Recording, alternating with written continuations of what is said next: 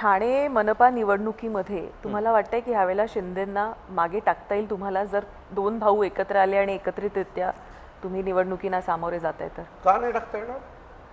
अहो, शिंदेंचा पक्ष हा शिंदेंचा नाही आहे, तुम्ही गैरसमजत आहात. तो पक्ष बाळासाहेबांचा आहे, तो मतदार बाळासाहेबांचा आहे. शिंदे हे नाव आहे. आणि निवडणूक जशी जवळ येईल ना, तुम्हाला कळेल या सगळ्या गोष्टी. अहो, ठाण्याची परिस्थिती जी वरून तुम्हाला दिसते तशी नाही आहे.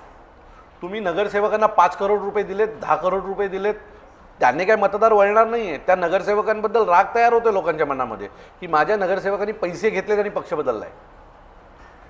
सो तो तुम्हाला निवडणुकीलाच दिसेल. आत्तापर्यंत जेव्हापासून शिंदेंचं गट वेगळा झाला आहे तेव्हापासून ते एकही निवडणूक नाही लढलेत. ते जे लढलेत ते भाजपाच्या खांद्यावर निवडणूक लढलेत. तोच माझा प्रश्न होता की विधानसभेमध्ये आणि लोकसभेमध्ये त्यांनी ठाण्यामध्ये पक्ष म्हणून चांगली कामगिरी त्यांची दाखवलेली आहे. असं असताना ह्यावेळी काउंटर तुम्ही कसा कराल?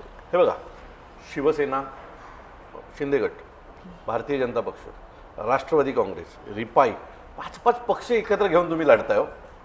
आणि आम्ही एकटे लढतोय.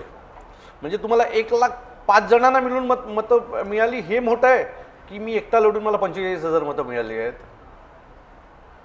आता मी एकत्र लढल्याच्या नंतर काय होईल त्याचा अंदाज यांना निवडणुकीनंतर येईल. त्यांना पण उभाटाचा मतदार आहेच आमच्याकडे. आणि आम्ही एकत्र मिळून लढल्याच्या नंतर हे काही पैशाने विकत घेतलं जाईल अशी काही ठाण्याची परिस्थिती किंवा महाराष्ट्राची परिस्थिती यावेळेला नसेल. कारण महाराष्ट्रातल्या मराठी माणसावर मागच्या 1 वर्षात जे काही घडतंय ते, त्याचा राग आणि बाळासाहेबांचा फोडलेला पक्ष, या 2 गोष्टींचा लोकांच्या मनावर प्रचंड चीड आहे.